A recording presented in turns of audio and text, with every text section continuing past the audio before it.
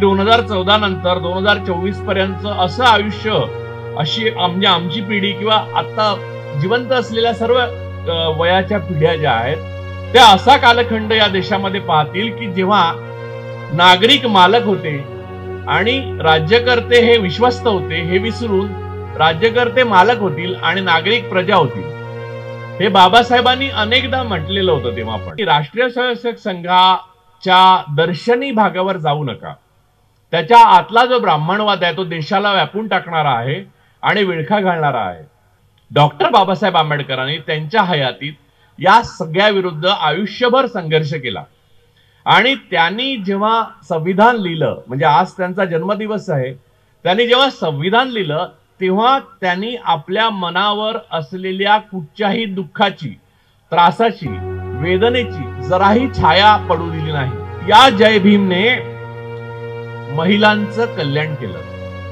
आज जे WhatsApp uncle जे मोदींच्या भक्तांच्या म्हणजे ह्याच्यामध्ये येतात, फौजेमध्ये येतात आणि व्हॉट्सअप फॉरवर्ड करत बसतात, ते सगळ्यांना पेन्शन मिळण्यापासून रजा ज्या घेतल्या त्यांनी आणि नेहरू फेलोशिप घेऊन अमेरिकेत गेलेले NRI ज्यांना जे भारताचं अखंड हिंदू राष्ट्र व्हावं असं वाटतं, ते सगळे बाबासाहेब आंबेडकरांच्या ऋणामुळे हे सगळं करू शकले.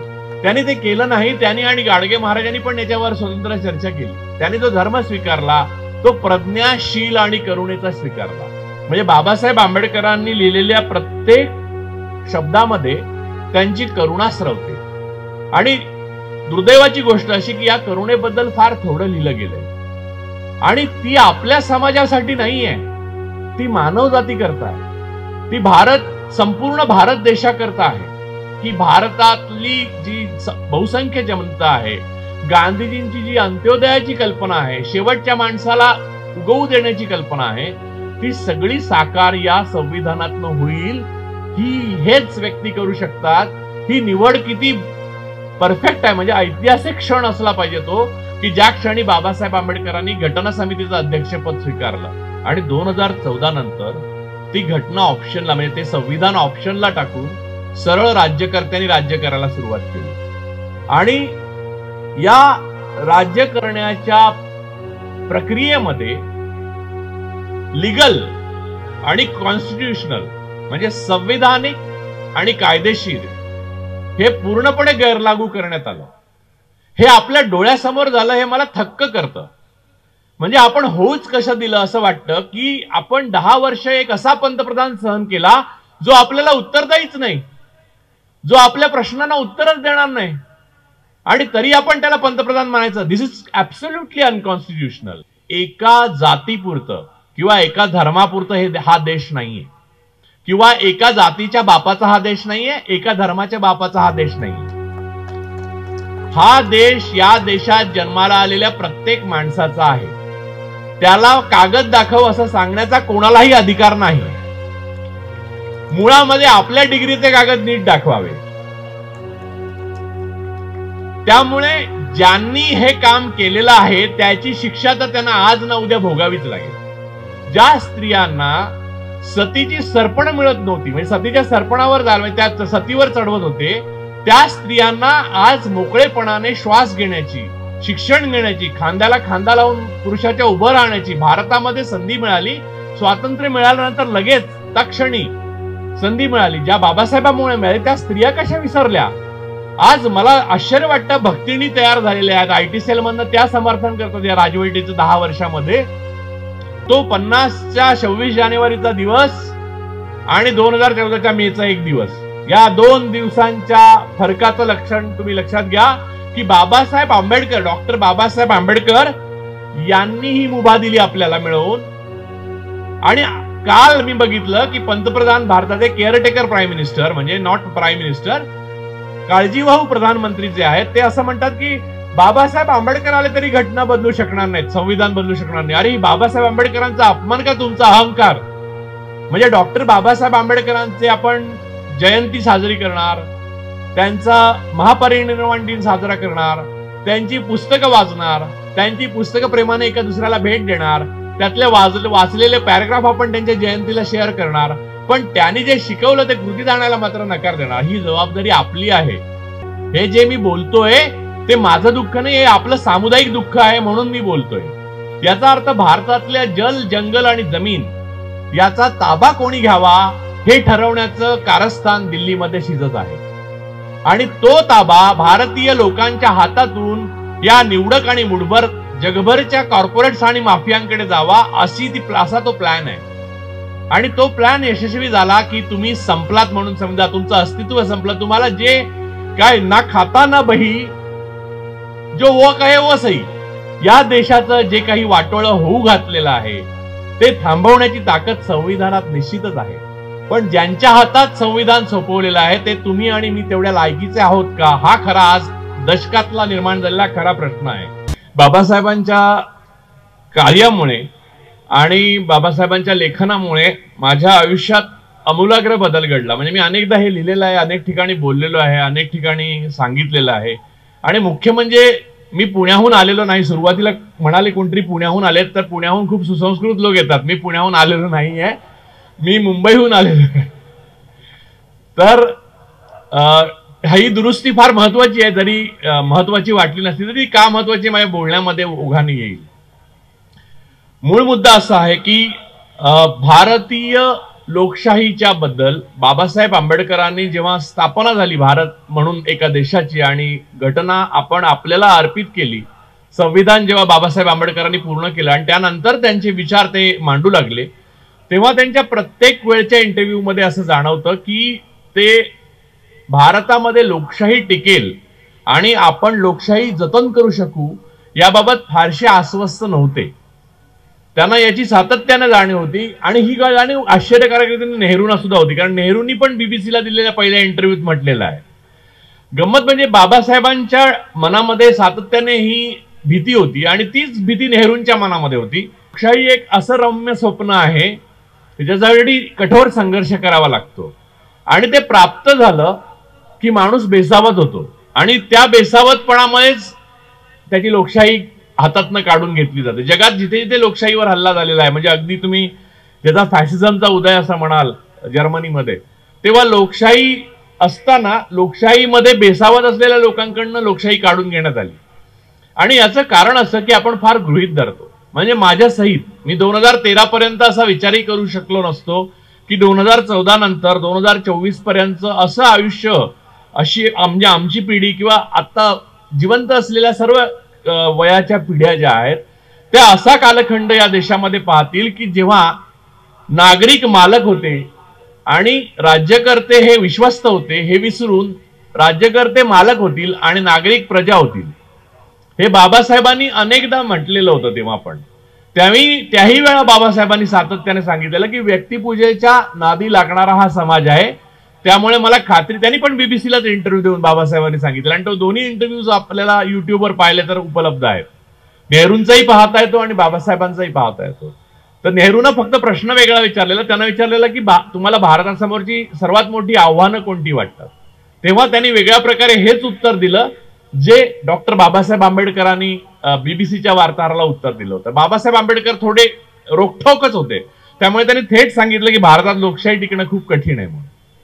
आणि बाबासाहेब आंबेडकरांचा अनुभव आणि अभ्यास खूप दांडगा होता. म्हणजे या बाबतीत तर नेहरूंपेक्षाही जास्त दांडगा असणार, कारण बाबासाहेब आंबेडकरांनी या मातीतला ब्राह्मणवाद नीट समजून घेतला होता आणि या ब्राह्मणवादाचा दंश त्यांनी इतक्या वेळा पचवलेला होता आणि त्या विषातनं त्यांनी या सगळ्याची निर्मिती केली, जे आपल्याला अमृत दिलं त्याची. त्यामुळे त्यांना नेमकं माहिती होतं की हे विष परत एकदा डंख करायला आपल्यावर तयार असणार आणि ते कधीतरी येणार परत. याची त्यांना त्यांच्या एवढी कल्पना तर नेहरूंना पण नव्हती. म्हणजे नेहरूंना हे माहिती होतं की इथला समाज हा देवभोळा आहे, व्यक्तिपूजक आहे आणि तो कशाच तरी मागे जाईल. पण नेहरूंना हे माहित नव्हतं तो नेमका कोणत्या तत्वज्ञानाच्या आहारी जाईल. परंतु बाबासाहेबांनी स्पेसिफिकली ओळखलं होतं की हा समाज एका जाती व्यवस्थेच्या निर्मितीतला समाज असून इथे जे धर्म म्हणून आपण मान्य करतो, म्हणजे ज्याला हिंदू धर्म असं म्हणतो, त्या धर्मातल्या सर्वात वरच्या उतरंडी, सर्वात वरचा असलेला जो वर्ण आहे, जात आहे असं मानते, ते लोकच लोकशाहीच्या गळ्याला नख लावतील याच्या बाबत बाबासाहेबांना पक्की खात्री होती. आणि अनालिशन पुढे कास्ट आणि राम आणि कृष्णावरचे त्यांचे जे रिडल्स ग्रंथ आहेत त्याच्यामध्ये त्यांनी इतक्या व्यवस्थितपणे आणि विस्तृतपणे हे सगळं लिहून ठेवलेलं आहे आणि त्याच्यावर हल्लेही झालेले आहेत. म्हणजे स्वातंत्र्योत्तर काळामध्ये सुद्धा माझ्या माहितीप्रमाणे मी कॉलेजमध्ये असताना 10-10, 5-5 लाखाचे मोर्चे निघाले होते त्याच्या विरोधात, ते छापून आले तेव्हा. आणि आपल्याला प्रतिष्ठित आणि आवडणारे असे संपादक जे आहेत अनेक, त्यांनी या पुस्तकाच्या विरोधाला साथ दिली होती.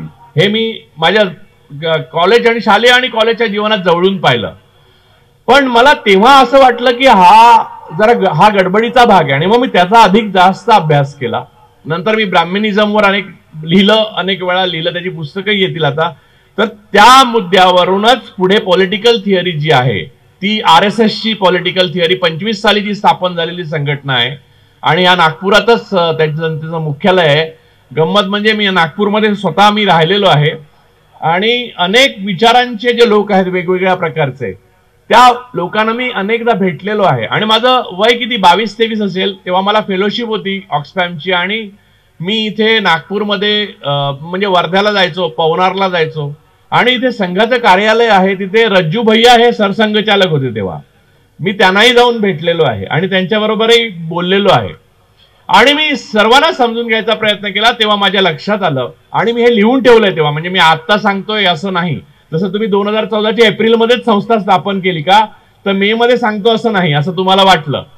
म्हणून मी तेव्हाच लिहून ठेवलेलं आहे की राष्ट्रीय स्वयंसेवक संघाच्या दर्शनी भागावर जाऊ नका. त्याच्या आतला जो ब्राह्मणवाद आहे तो देशाला व्यापून टाकणारा आहे आणि विळखा घालणारा आहे आणि त्याला फक्त एका व्यक्ती महात्म्य निर्माण करणाऱ्या माणसाची गरज आहे, एका आकृतीची गरज आहे, एका ऑब्जेक्टची गरज आहे. आणि ते ऑब्जेक्ट आणि तसा काळ त्यांना मिळाला की त्यांचा दंश भारतीय लोकशाहीला होईल याबाबत माझ्या मनात शंका नव्हती. पण ते इतक्या लवकर होईल आणि मी पाहीन माझ्या हयातीत असं मला वाटलं नव्हतं. मला आश्चर्य हे वाटतं की आपणही बेसावध होतो हे मान्य करावं. डॉक्टर बाबासाहेब आंबेडकरांनी त्यांच्या हयातीत या सगळ्या विरुद्ध आयुष्यभर संघर्ष केला आणि त्यांनी जेव्हा संविधान लिहिलं, म्हणजे आज त्यांचा जन्मदिवस आहे, त्यांनी जेव्हा संविधान लिहिलं तेव्हा त्यांनी आपल्या मनावर असलेल्या कुठच्याही दुःखाची, त्रासाची, वेदनेची जराही छाया पडू दिली नाही. म्हणजे प्रतिशोधाची भावना आज 10 वर्षात इतकी बळकट झालेली आणि कोणाचा प्रतिशोध, कोणाचा द्वेष, कोणाची नफरत, किससे नफरत, अपने भाई से, अपने साथी से, अपने मुल्क के हर बाशिंदे से आप नफरत करना सिखा रहे हो. तो बाबासाहेबांच्या मनामध्ये एवढे दंश पेलून सहन करून अशी काही नफरत निर्माण झाली नाही. त्यांनी म्हणजे मला बाबासाहेब आंबेडकरांच्या नंतर मला नेल्सन मंडेलांचं आठवतं की ते 25 वर्ष तुरुंगातनं बाहेर आल्यावर सुद्धा त्यांनी गोऱ्याविरुद्ध काही फार वाईट केलं नाही. म्हणजे सत्तेत आले तेव्हा त्यांनी अजिबात प्रतिशोधाची भावना ठेवली नाही. हे फक्त महामानवाला शक्य आहे, हे सामान्य माणसांना शक्य नाही. कारण जेव्हा म्हणजे मला तर कित्येकदा आश्चर्य वाटतं की माणसं, मगाशी या मॅडम बोलताना म्हणाल्या की तुम्ही जय भीमवाले असं त्यांना म्हणतात, असं त्या म्हणाल्या. त्या चर्मकार समाजाबद्दल उल्लेख करताना म्हणाल्या. परंतु तुम्हाला विलक्षण त्रासदायक गोष्ट अशी आहे वाटते मला की या जय भीमने महिलांचं कल्याण केलं. आज जे व्हॉट्सअप अंकल जे मोदींच्या भक्तांच्या म्हणजे ह्याच्यामध्ये येतात, फौजेमध्ये येतात आणि व्हॉट्सअप फॉरवर्ड करत बसतात, ते सगळ्यांना पेन्शन मिळण्यापासून रजा ज्या घेतल्या त्यांनी आणि नेहरू फेलोशिप घेऊन अमेरिकेत गेलेले NRI, ज्यांना जे भारताचं अखंड हिंदू राष्ट्र व्हावं असं वाटतं, ते सगळे बाबासाहेब आंबेडकरांच्या ऋणामुळे हे सगळं करू शकले. अर्थात ते कृतज्ञ होतेच आणि ते नंतरही कृतज्ञ झालेच, ही गोष्ट वेगळी. कारण बाबासाहेब आंबेडकरांना अनुयायी पण असे लाभले नाहीत जे कृतज्ञ निघतील. त्यामुळे कृतज्ञतेचा हा इतिहास बाबासाहेब आंबेडकरांना काही माहीत नव्हता असं नाही. कारण त्यांनी हजारो वर्षाची व्यवस्था बघितली. आपल्या धर्माला त्यांनी असं सांगितलं की मी संधी देतो म्हणून, मी धर्म परिवर्तन अगोदर करण्या अगोदर, तरी सुद्धा या धर्मामध्ये दंश घेण्याची जी परंपरा आहे ती कोणीही सोडली नाही. अखेर बाबासाहेबांना धर्म परिवर्तन करावं लागलं. अर्थात ते चांगलंच झालं. पण धर्म परिवर्तन करताना एकदा आणि एकच सूड घेऊ शकले असते बाबासाहेब आंबेडकर भारत देशावर किंवा आपल्या ब्राह्मणवादावर आणि बहुसंख्य हिंदुत्वावर. पण त्यांनी ते केलं नाही. त्यांनी आणि गाडगे महाराजांनी पण याच्यावर स्वतंत्र चर्चा केली. त्यांनी जो धर्म स्वीकारला तो प्रज्ञाशील आणि करुणेचा स्वीकारला. म्हणजे आणि गंमत अशी की त्यांनी नुसतं धर्म स्वीकारला नाही. मला असे खूप माझे मित्र आहेत जे वेगवेगळ्या जातीतले आहेत आणि त्यांनी बौद्ध धर्म स्वीकारला, पण त्यांना प्रज्ञाशील आणि करुणा या तीनही गोष्टी आचरताना खूप कठीण गेलं. मुख्यत्व करून प्रज्ञा आणि शील एखाद्याला जमेलही, म्हणजे प्रज्ञा असेलही, शील कमावताही येईल, पण करुणा खूप कठीण आहे. म्हणजे बाबासाहेब आंबेडकरांनी लिहिलेल्या प्रत्येक शब्दामध्ये त्यांची करुणा स्रवते. आणि दुर्दैवाची गोष्ट अशी की या करुणेबद्दल फार थोडं लिहिलं गेलंय. आणि ती आपल्या समाजासाठी नाहीये, ती मानवजाती करता आहे, ती संपूर्ण भारत देशाकरता आहे. म्हणजे हे काम डॉक्टर बाबासाहेब आंबेडकरांवर सोपवून निश्चिंत व्हावं असं काँग्रेस सारख्या अट्टर ब्राह्मणवादी आणि चातुर्वर्ण व्यवस्थेवर विश्वास ठेवणाऱ्या पक्षालाही तेव्हा वाटलं. अर्थात त्याचं नेतृत्व नेहरू करत होते, ही गोष्ट महत्वाची आहे, म्हणजे अधोरेखितच करायला पाहिजे. पण बाबासाहेबांवर सोडल्यावर हा प्रश्न सुटतो की भारतातली जी बहुसंख्य जनता आहे, गांधीजींची जी अंत्योदयाची कल्पना आहे, शेवटच्या माणसाला उगवू देण्याची कल्पना आहे, ती सगळी साकार या संविधानातनं होईल. हेच व्यक्ती करू शकतात. ही निवड किती परफेक्ट आहे, म्हणजे ऐतिहासिक क्षण असला पाहिजे तो की ज्या क्षणी बाबासाहेब आंबेडकरांनी घटना समितीचं अध्यक्षपद स्वीकारलं. त्यांची प्रकृती बरी नसतानाही त्यांनी ते अनेकदा म्हणजे 18 तास लागून ती घटना लिहिली, संविधान लिहिलं. आणि 2000 आज मला विषय देण्यात आला तो आजचा आहे, तर मी ही फक्त पार्श्वभूमी सांगितली. आणि 2014 नंतर ती घटना ऑप्शनला, म्हणजे ते संविधान ऑप्शनला टाकून सरळ राज्यकर्त्यांनी राज्य करायला सुरुवात केली. आणि या राज्य करण्याच्या प्रक्रियेमध्ये लीगल आणि कॉन्स्टिट्युशनल, म्हणजे संविधानिक आणि कायदेशीर, हे पूर्णपणे गैरलागू करण्यात आलं. हे आपल्या डोळ्यासमोर झालं, हे मला थक्क करतं. म्हणजे आपण होऊच कसं दिलं असं वाटतं की आपण 10 वर्ष एक असा पंतप्रधान सहन केला जो आपल्याला उत्तरदायीच नाही, जो आपल्या प्रश्नांना उत्तरच देणार नाही, आणि तरी आपण त्याला पंतप्रधान म्हणायचं. दिस इज ऍब्सोल्युटली अनकॉन्स्टिट्युशनल. ही घटना लोकांची आहे आणि राज्यकर्ते, मग ते पंतप्रधान पण का असेना, आपले विश्वस्त आहेत. आपण त्यांना हा देश इतक्या काळाकरता सांभाळायला दिलेला आहे जो आपल्यासाठी अधिक वेलफेअर करू शकतील, म्हणजे आपलं अधिक कल्याण करू शकतील, समाजातल्या सर्व घटकांचं अधिकाधिक कल्याण करू शकतील. परंतु आपण तसं न करता निवडून येता येतं, तरता येतं, सगळे कायदे मोडता येतात, सगळं संविधान पायदळीत उडवता येतं, हे डोळ्यांनी बघितलं. आणि हे फक्त ब्राह्मणवादामुळे शक्य झालं, हे इतर कुठच्याही गोष्टीमुळे शक्य झालं नसते. राष्ट्रीय संघ असं म्हणत असेल की आम्ही जबाबदार नाही, याला मोदी जबाबदार आहेत आणि त्यांचे साथीदार जबाबदार आहेत, आमच्या हातातून सगळं भसकटलंय म्हणून, तर चूक. त्यांनी याचा पूर्ण फायदा घेतला, त्यांनी याचं सगळं सुख उपभोगलं आणि या प्रकारच्या अनकॉन्स्टिट्युशनल, असंवैधानिक अशा संपूर्ण चालीरीतींचं त्यांनी सर्व काळ 10 वर्ष समर्थन केलं. हे पाप त्यांना कधीच टाळता येणार नाही. जसं नथुरामच्या हाताने झालेला खून महात्मा गांधींचा त्यांना कधीच पुसता येणार नाही, तसंच संविधानाचं हे केलेलं हत्या जी आहे 10 वर्षात, ती त्यांना कधीच आपल्या डोक्यावरचं पाप म्हणून नाकारता येणार नाही. पहिली गोष्ट. दुसरी गोष्ट अशी की केवळ संविधानाचे निर्माते नव्हे, प्रॉब्लेम ऑफ रुपी असो, म्हणजे अर्थशास्त्रज्ञ म्हणून असो, वेगळ्या प्रकारे समाजशास्त्रज्ञ म्हणून असो, राजकारण या विषयावरचे तज्ज्ञ असो, डॉक्टर बाबासाहेब आंबेडकरांनी काही मूल्य व्यवस्था आपल्याला कायम आखून दिली होती, जी संविधानात प्रतिबिंबित होते. म्हणजे मगाशी आपण जेव्हा संविधानाचं प्रिएम्बल म्हणजे प्रस्तावना जेव्हा वाचून दाखवली आणि आपण सर्वांनी त्याच्या मागे म्हटली, तेव्हा एक गोष्ट तुमच्या लक्षात आली पाहिजे की स्वातंत्र्य, समता आणि बंधुता या 3 गोष्टी या जगामध्ये अत्यंत शाश्वत महत्वाच्या आहेत. माणसाला दुःख भोगू द्या, कारण दुःख अपरिहार्य, ते जन्माबरोबर येतं असं बुद्ध म्हणतात, पण माणसाला माणसाचं दुःख भोगू द्या. गेल्या 10 वर्षात माणूस हा पशुचं दुःख भोगतोय भारतामध्ये. आणि ही लोकशाहीवरचं सर्वात मोठं संकट आहे. मी असं मानतो ज्यांचं लिंचिंग झालं, सर आता इलेक्ट्रॉल बॉन्ड्स बाहेर आल्यावर लक्षात काय आलं, बीफ ज्या कंपन्या एक्सपोर्ट करतात त्या कंपन्यांकडून इलेक्ट्रॉल बॉन्ड घेऊन त्यांना अधिकाधिक बीफ निर्यातीची परवानगी मिळालेली आहे. पण त्याच वेळेला एक गरीब माणूस मांस घेऊन जातोय, तो कोणता आहे ते सुद्धा त्याला माहित नाही, म्हणजे कोणाला माहित नाही, त्याला लिंच करून म्हणजे त्याला दगडाने ठेचून अनेक ठिकाणी मारण्यात आलं, कारण तो केवळ मुसलमान होता म्हणून.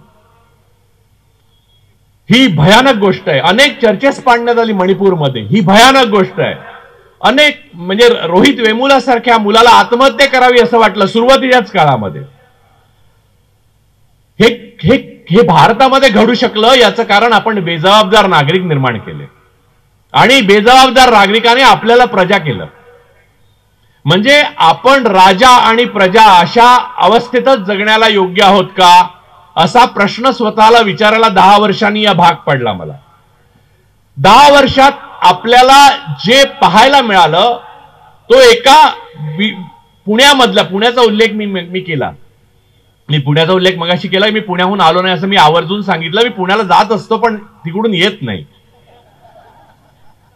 तर मुद्दा असा आहे, ज्या पुण्याचा उल्लेख केला त्या पुण्यामध्ये पेशवाई खालसा झाल्यानंतर म्हणजे बाळाजी पंत नातूने युनियन जॅक स्वतःच चढवला. तो कोणत्याही बहुजनाने चढवलेला नाहीये, तो बाळाजी पंत नातूनीच चढवलेला आहे. तो युनियन जॅक त्यांनी वर चढवल्यावर पेशवाई जी खालसा झाली, त्यानंतर आयुष्यभर ज्यांनी पेशवाईची पिढ्यानपिढ्या स्वप्न बघितली त्यांना ती पेशवाई 2014 मध्ये प्राप्त झाली.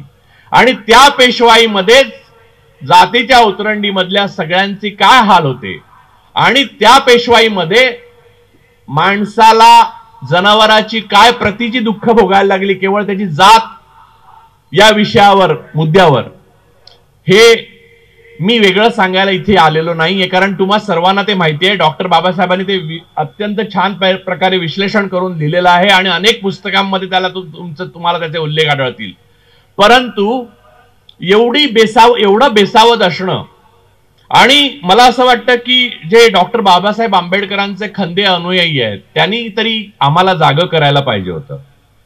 त्यांनी ही लोकशाही आपल्या हातून जाते आहे ह्याची पूर्वसूचना आम्हाला द्यायला पाहिजे होती, कारण डॉक्टर बाबासाहेबांनीच ती जबाबदारी त्यांच्यावर सोपवली होती. परंतु तेही झालं नाही.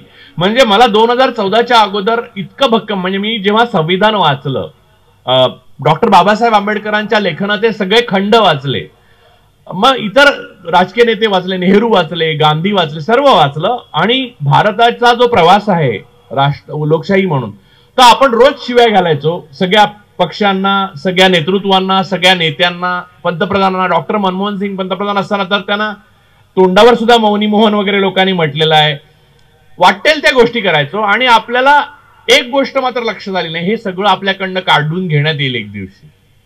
मला आश्चर्य वाटतं, एवढे डॉक्टर्स, एवढे इंजिनियर्स, एवढे विधितज्ञ असे भारत देशात निर्माण केले, जे संविधान निर्माण झालं, ज्या शिक्षण संस्था निर्माण झाल्या, म्हणजे आता इथेही आपण एका शिक्षण संस्थेच्या सानिध्यात उभे आहोत, ज्या शिक्षण संस्था उभ्या झाल्या, जे बुद्धिमान असे तंत्रज्ञ आपण निर्माण करू शकलो, विकसित देशाकडे आपण वाटचाल करत होतो, अशा देशामध्ये कुणाला संशयी न येता म्हणजे गारद्यानात अर्धे लोक सामील झाले. पहिली गोष्ट, लोकशाहीचे गारदी जे होते 2014 नंतर जे सत्तेत आले त्यांना अर्धे लोक सामील झाले. आणि ते कोणत्या एका घटकाचे नव्हते, एका जातीचे नव्हते, एका धर्माचे नव्हते, सगळीकडे आहेत. म्हणजे केरळमध्ये राज्यपाल आरिफ मोहम्मद खान पण या राज्याचं, या राष्ट्रातल्या जे चाललेलं आहे त्याचं समर्थन करतात. त्यामुळे कोणत्याही एका जाती धर्माला तुम्ही दोष देऊ शकत नाही. सगळेजण सुखलोलुपतेमुळे आणि मटेरियलिस्टिक अप्रोच ठेवल्यामुळे, म्हणजे भौतिकाच्या मागे इतके लागल्यामुळे की त्यांना एक वैचारिक विश्व आपल्या पूर्वजांनी निर्माण करून ठेवलंय आणि आपल्या संविधानाचं रक्षण करण्याकरता ते अत्यंत आवश्यक आहे याचा विसर पडला. मला असं वाटतं की मी खूप बोलू शकतो, मी इतरत्र खूप बोलतो, पण मला माहित नाही की कोणाला किती कोणत्या गोष्ट अडचणीची ठरेल म्हणून मी बोलत नाहीये. मी एका पद्धतीने स्वतःला आवरतोय, पण तरी सुद्धा मी अनावर झालो तर मला आवरा. म्हणजे काही खाली वगैरे येणार नाही, मी इथूनच बोलेन. पण म्हणजे तर मुद्दा असा आहे की इथे एक सगळ्यात महत्वाची गोष्ट आपण लक्षात घेतली पाहिजे की एका जातीपुरतं किंवा एका धर्मापुरतं हा देश नाहीये, किंवा एका जातीच्या बापाचा हा देश नाहीये, एका धर्माच्या बापाचा हा देश नाहीये. हा देश या देशात जन्माला आलेल्या प्रत्येक माणसाचा आहे. त्याला कागद दाखव असं सांगण्याचा कोणालाही अधिकार नाही. मुळामध्ये आपल्या डिग्रीचे कागद नीट दाखवावे. त्यामुळे ज्यांनी हे काम केलेलं आहे त्याची शिक्षा तर त्यांना आज ना उद्या भोगावीच लागेल. म्हणजे संविधानामध्ये जी तरतूद आहे ती तशीच आहे. त्यामुळे आज ना उद्या कायदा संविधान हे त्यांच्या मागे लागणारच आहे. अर्थात त्यातून या दुनियेतूनच सुटतील ते सुटतील, पण त्यांच्या पुढच्या पिढ्या त्याचे परिणाम भोगतील. त्यामुळे ही मलई खाताना यांनी विसर पडू देता कामा नये की शासन नावाची व्यवस्थेची पायाभरणी करताना संविधानामध्ये संपूर्णपणे तजवीज आहे की याचं रक्षण स्वतः संविधानच करू शकतं, एवढी तजवीजही आहे. कारण संविधानकर्त्यांनी तुमच्यावर विश्वास ठेवला, पण एवढाही विश्वास ठेवला नाही ज्याला तुम्ही अपात्र असाल, जे तुम्ही ठरलात, जे मी ठरलो स्वतः की 2013 पर्यंत आपण शहाण्यासारखे शिव्या घालत होतो राज्यकर्त्यांना, आणि 2014 नंतर आणि 2019 नंतर ते एकदमच सरळ येऊन बोलायचेच बंद झालं, नावं बिवं घ्यायचे बंद झालो. आपले वडील असल्यासारखं, किंवा पूर्वीच्या काळी नवऱ्याचं नाव नाही घ्यायच्या बायका, इकडची स्वारी वगैरे म्हणायच्या, तसं बोलतात लोक हल्ली. हा पण ब्राह्मणवादाचाच परिणाम आहे. न्यूज चॅनलना असं सांगण्यात आलेलं आहे की सिस्टीम म्हणायचं जर तुम्हाला पंतप्रधानांचा राग आला तर. सिस्टीमच्या विरोधात बोलायचं. म्हणजे सिस्टीम म्हणजे काय कोणालाच माहित नाही. म्हणजे तर मुद्दा असा आहे की एवढी व्यक्तिपूजा, व्यक्तिस्तोम माजवणं आणि एकचालकानुवर्तित्व आणणं हा हेतू असलेली एक जमात या देशामध्ये एक संघटन काम करत आहे याची जाणीव तुम्ही गमावली. मला आश्चर्य वाटतं. ती अनेकांनी गमावली याचं मला आश्चर्य वाटत नाही. मला आंबेडकरांच्या अनुयायांनी ती गमावली याचं आश्चर्य वाटतं. कारण आंबेडकरांच्या अनुयायांना असं काहीच नाही ज्याच्यापासून अभावामध्ये ठेवण्यात आलं नव्हतं. या व्यवस्थेने सगळ्यापासून अभावात ठेवण्यात आलं होतं आणि परत फिरून तिथेच येईपर्यंत. आणि मला दुसऱ्या एका घटकाचं आश्चर्य वाटतं ते म्हणजे स्त्रिया. ज्या स्त्रियांना सतीची सरपण मिळत नव्हती, म्हणजे सतीच्या सरपणावर त्या सतीवर चढवत होते, त्या स्त्रियांना आज मोकळेपणाने श्वास घेण्याची, शिक्षण घेण्याची, खांद्याला खांदा लावून पुरुषाच्या उभं राहण्याची भारतामध्ये संधी मिळाली. स्वातंत्र्य मिळाल्यानंतर लगेच तत्क्षणी संधी मिळाली. ज्या बाबासाहेबांमुळे मिळाली त्या स्त्रिया कशा विसरल्या. आज मला आश्चर्य वाटतं. भक्तिणी तयार झालेल्या आहेत, आयटी सेल मधनं त्या समर्थन करतात या राजवटीचं 10 वर्षामध्ये. मला स्त्रियांबाबत आश्चर्य वाटतं. त्या सांगतात की कुठं सनातन धर्म येऊ, अच्छा, आणि काय हिंदू राष्ट्र हो. हे झालं तर नवरा जगेल यासाठीच बायकोला काळजी घ्यावी लागेल, कारण आधी सती जायला लागतं तिला. तो गेला की ती सतीवर. त्यामुळे माझं तर मत आहे बाकी सगळं राहू दे, पण तेवढ्या जो वर्ग आहे महिलांचा जो या अखंड हिंदू राष्ट्राचं सनातन धर्माचं समर्थन करतो त्यांच्यासाठी हा कालखंड संपल्यावर एक सतीप्रथेची खास मुभा देण्यात यावी. कारण डॉक्टर बाबासाहेब आंबेडकरांनी आपल्या लहानपणापासून काय पाहिलं असेल हे आपल्याला काय माहित. म्हणजे लिहिलं गेलं, बोललं गेलं ते खूप कमी आहे. आपल्या डोक्यात असलेल्या सगळ्या गोष्टी काय आपण लिहून काढू शकत नाही. म्हणजे माझ्याबद्दल असं म्हटलं गेलं की मी 200 ते 300 पानं दिवसाला वाचतो, असं नाही. मी आता 150 पानं वाचतो, पण ऑन अँड ॲव्हरेज वाचतो. म्हणजे आजच सगळी वाचली पाहिजे तसं नाही, उद्या 300 वाचू शकतो, आज 0 वाचली तर असं होऊ शकतं. परंतु हे वाचताना माझ्या लक्षात आलं की मध्ये कितीतरी सुटतं. माणूस भोगतो खूप, पण लिहू कमी शकतो, व्यक्त खूप कमी करू शकतो. आणि डॉक्टर बाबासाहेबांसारख्या माणसांची अडचण अशी असते की ते विराट झाल्यावरच लोकांसमोर येतात आणि त्यामुळे त्यांना स्वतःचं दुःख व्यक्त करण्याची मुभा नसते. अशा माणसांना त्यांना एकंदरीत सामुदायिक दुःखालाच तोंड द्यावं लागतं. त्यामुळे प्रॉब्लेम असा आहे की त्यांनी तेवढं व्यक्त पण नव्हतं केलं जेवढं त्यांना भोगावं लागलं. आणि असंच आपण ते सरळ सोडून दिलं. त्यांनी त्यातून अर्क काढलं आणि असा एक दोरखंड तयार केला जो आपल्या सर्वांना एकत्र बांधून ठेवील, आपल्या सगळ्यांना एकत्र ठेवेल, आपल्या सगळ्या विविधतांसहित, आपल्या भांडणांसहित, आपल्या रागांसहित आपण एकत्र राहू आणि आपण लोकशाही लावू. म्हणजे एकमेकांना शिव्या घालण्याची आपल्याला पूर्व मुभा होती आणि आपल्या राज्यकर्त्यांना तर पहिले आपण शिव्या घालायला मोकळे होतो. तो 50च्या 26 जानेवारीचा दिवस आणि 2014च्या मेचा एक दिवस, या 2 दिवसांच्या फरकाचं लक्षण तुम्ही लक्षात घ्या की बाबासाहेब आंबेडकर, डॉक्टर बाबासाहेब आंबेडकर यांनी ही मुभा दिली आपल्याला मिळवून. आणि काल मी बघितलं की पंतप्रधान, भारताचे केअरटेकर प्राईम मिनिस्टर, म्हणजे नॉट प्राईम मिनिस्टर, काळजीवाहू प्रधानमंत्री जे आहेत ते असं म्हणतात की बाबासाहेब आंबेडकर आले तरी घटना बदलू शकणार नाहीत, संविधान बदलू शकणार नाही. अरे बाबासाहेब आंबेडकरांचा अपमान का तुमचा अहंकार? काल ते एका भाषणात बोललेला, व्हिडिओ सर्वत्र आहेत उपलब्ध, अनेकांनी त्याच्यावर लिहिलेलं पण आहे. मला या थराला एक मनुष्य जाऊन बोलू शकतो, एवढा महत्वाचा नेता आणि एवढा भारताचा पंतप्रधान काळजीवाहू का असेना, तर म्हणू शकतो ही भयानक गोष्ट वाटते. एवढी सवलत जर जनता देत असेल आपल्या नेत्यांना, तर आपण लोकशाही राबवायला लायक नाही. मग अमेरिकेत ट्रम्प होते, डोनाल्ड ट्रम्प, त्यांना डोनाल्ड ट्रम्प असं इथे म्हणण्यात आलं.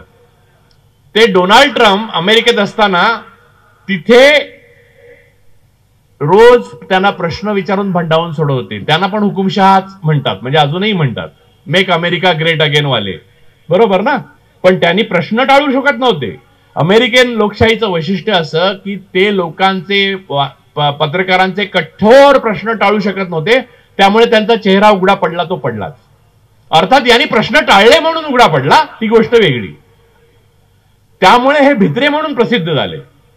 पण याला 10 वर्ष आपल्याला भोगावं लागलं.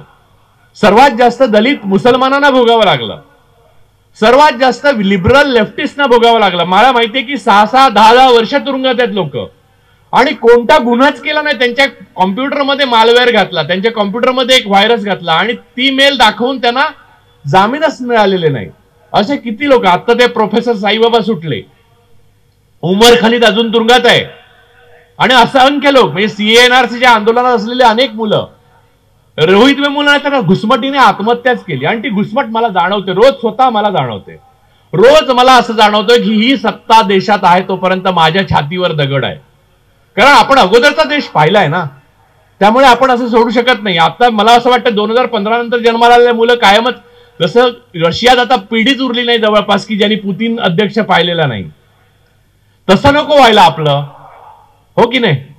म्हणजे डॉक्टर बाबासाहेब आंबेडकरांचे आपण जयंती साजरी करणार, त्यांचा महापरिनिर्वाण दिन साजरा करणार, त्यांची पुस्तकं वाचणार, त्यांची पुस्तकं प्रेमाने एका दुसऱ्याला भेट देणार, त्यातले वाचलेले पॅराग्राफ आपण त्यांच्या जयंतीला शेअर करणार, पण त्यांनी जे शिकवलं ते कृतीत आणायला मात्र नकार देणार. ही जबाबदारी आपली आहे.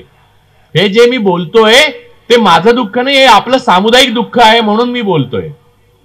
मी तुमच्या वतीने बोलतोय, मी कधीच माझं बोलत नाही. माझं बोलतो ते मी लिहितो, व्यक्तिगत असलेलं, म्हणजे माझा लहानपणी जन्म कुठे झाला, माझी आई कशी होती, तिचा मृत्यू कसा झाला, हे सगळं मी लिहिलेलं आहे. परंतु जेव्हा मी बोलायला उभा राहतो आणि या सार्वजनिक ठिकाणी उभा राहतो आणि सार्वजनिक स्थळी उभा राहतो, तेव्हा मी तो मुद्दा मांडायला उभा आहे की जो तुमच्या मनात आहे, तुमच्या स्वातंत्र्यावर घाला पडलेला आहे. तुम्ही दास आणि प्रजा बनलेले आहात 10 वर्षामध्ये, आणि हे मी कोणत्या एका पक्षाच्या बाजूने आणि कोणत्या एका पक्षाच्या विरुद्ध सांगत नाहीये. हे त्रिवार सत्य आहे, इमॉर्टल ट्रुथ, हे अकाट्य सत्य आहे, आणि इतिहासात हे असंच नमूद केलं जाईल.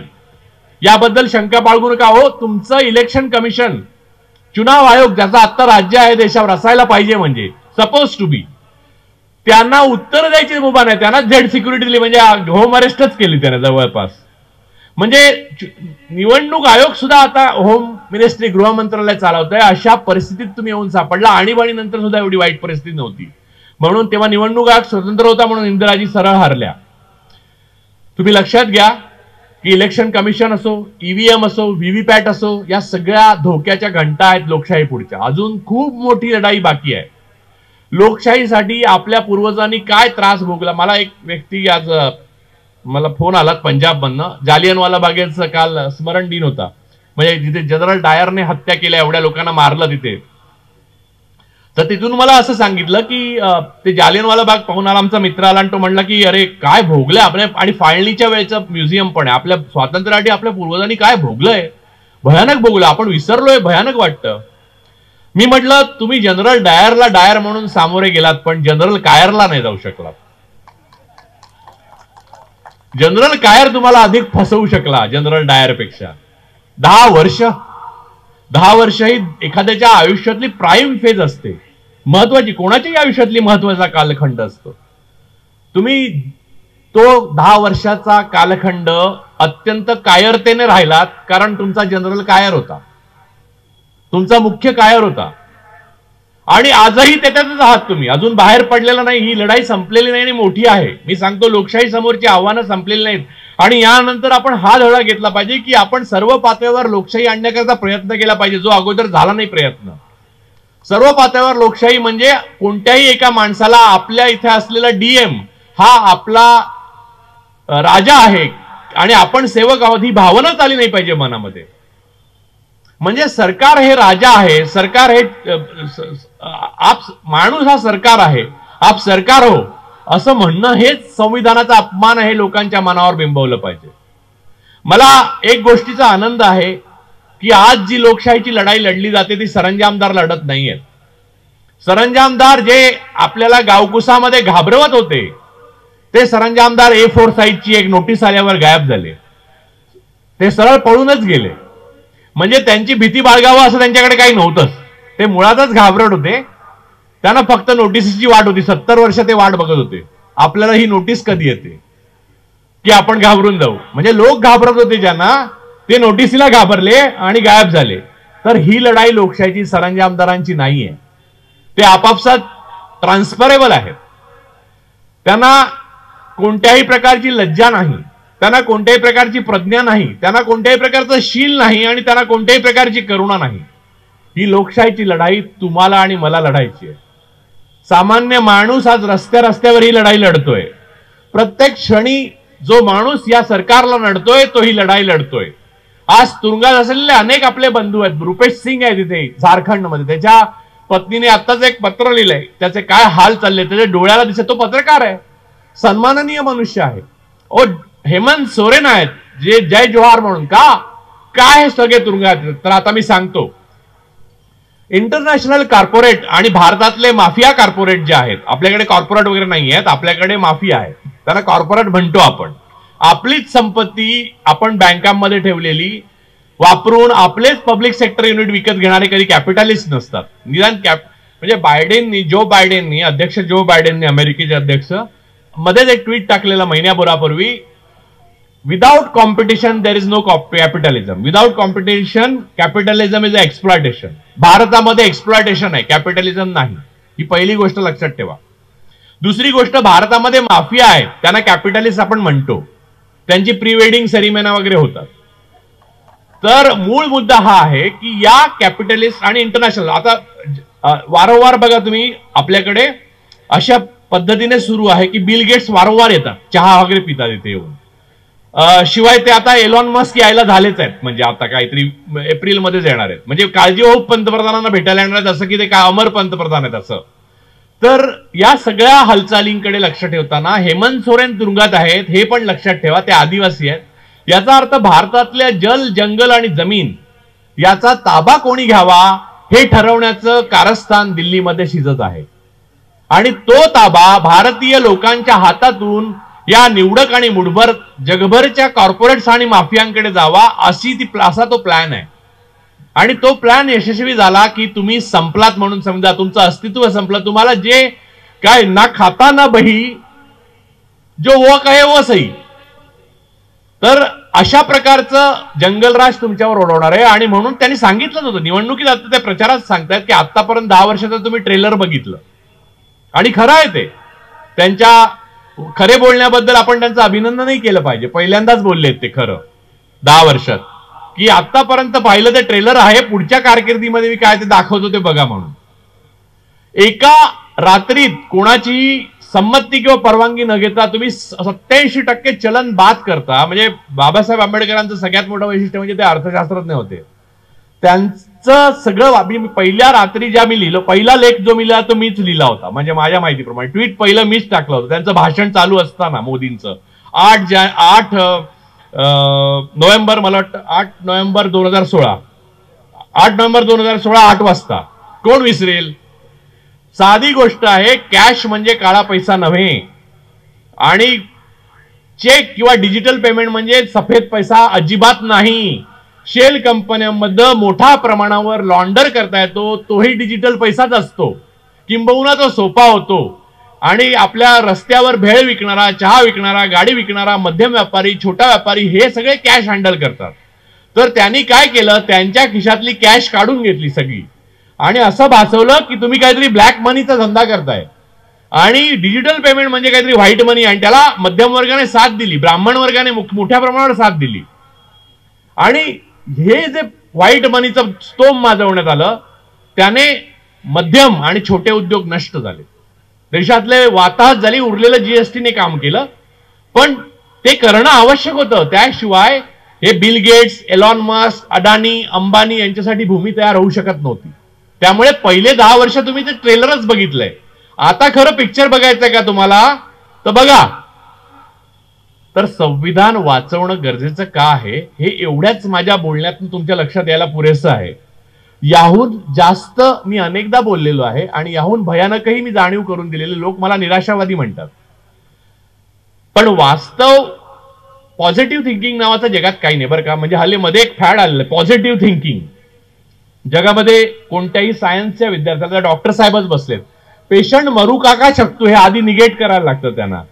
कोणती कारणं नाही आहेत का, म्हणजे हे इथे काय मेंदूमध्ये रक्तस्राव झालेला नाही का, हे झालंय, अरे अशुभ बोलू नको डॉक्टर, अशुभ बोलू नको असं कोणी त्यांना सांगत नाही पेशंट. काही लोक करतात तसं, काही लोक आयुर्वेदिक आणि होमिओपॅथी डॉक्टरकडे याच्यासाठी जातात की ते चांगलं बोलतात.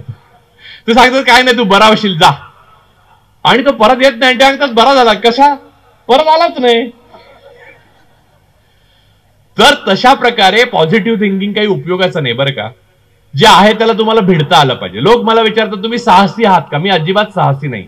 या माणसासमोर आपण जन्माला आल्यावर कोणी साहसी उरत नाही. यांच्या एवढा मोठा साहसी माणूस कोणी नाही, डॉक्टर बाबासाहेब एवढा. कारण दया दाखवायला सगळ्यात मोठं साहस लागतो. दया दाखवायला मोठं साहस लागतं. या RSSच्या बाहेर तुम्ही एक बॅनर लावा, दया दाखवण्यासाठी मोठे साहस लागते, असा एक बॅनर लावून टाका. जी 10 वर्षात त्यांच्याकडे सत्ता आल्यावर त्यांना दाखवता आली नाही. आणि दया कोणी मागत पण नव्हता, अधिकार मागतोय आपण, दया थोडीच मागतोय. दया यांनी केली. यांना सूड घेणं शक्य होतं तेव्हा त्यांनी घेतला नाही. डॉक्टर बाबासाहेबांना सूड घेणं शक्य होतं तेव्हा त्यांनी घेतला नाही. या देशाचं जे काही वाटोळं होऊ घातलेलं आहे ते थांबवण्याची ताकद संविधानात निश्चितच आहे. पण ज्यांच्या हातात संविधान सोपवलेलं आहे ते तुम्ही आणि मी तेवढ्या लायकीचे आहोत का, हा खरा आज दशकातला निर्माण झालेला खरा प्रश्न आहे. आणि आपण लायकीचे नाही आहोत असं मी मताला आलेलो आहे. जसं की आपण पॉझिटिव्ह थिंकिंगच्या एवढ्या आहारी गेलो की इंजिनियर जर पॉझिटिव्ह थिंकिंग करायला लागेल तर पूल कसा पडेल याचा विचार न करता तो उभाच करेल पहिले आणि सांगेल आता जा त्याच्यावरनं. त्यानंतर जे होईल ते फक्त निगेटिव्ह थिंकिंग होईल. त्यामुळे निगेटिव्ह थिंकिंग आधी केल्याशिवाय कोणत्याही जगातलं पॉझिटिव्ह थिंकिंग शक्य नाही. त्यामुळे मी आज तुम्हाला पूर्ण निराशावादी विचार ऐकवले.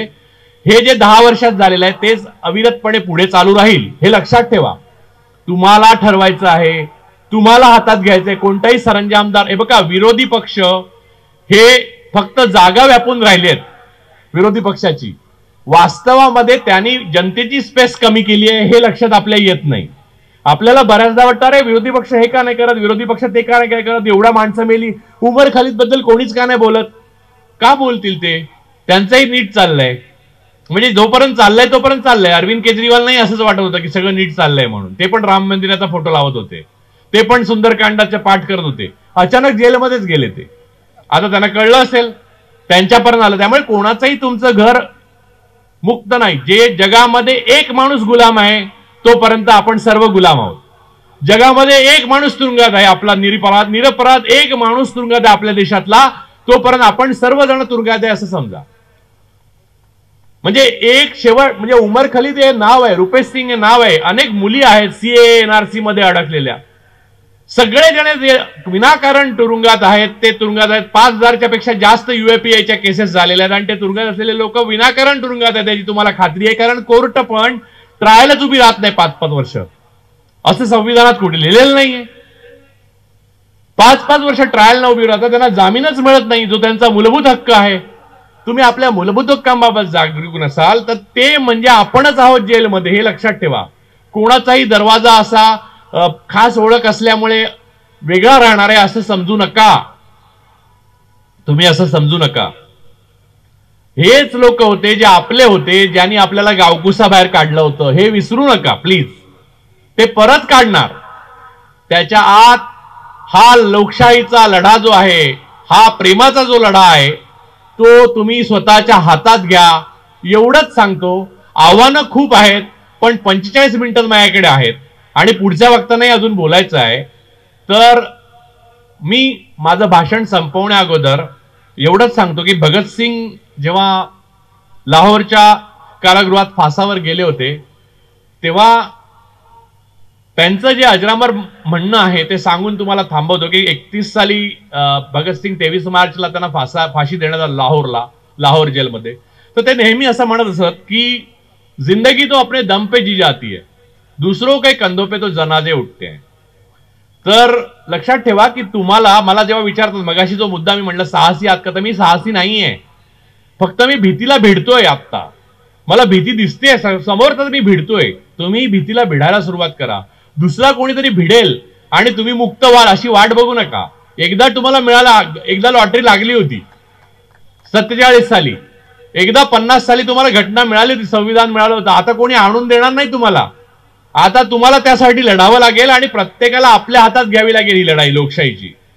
त्याशिवाय तुमची मुक्ती शक्य नाही. आणि शेवटचा माणूस मुक्त होत नाही तोपर्यंत मुक्ती शक्य नाही.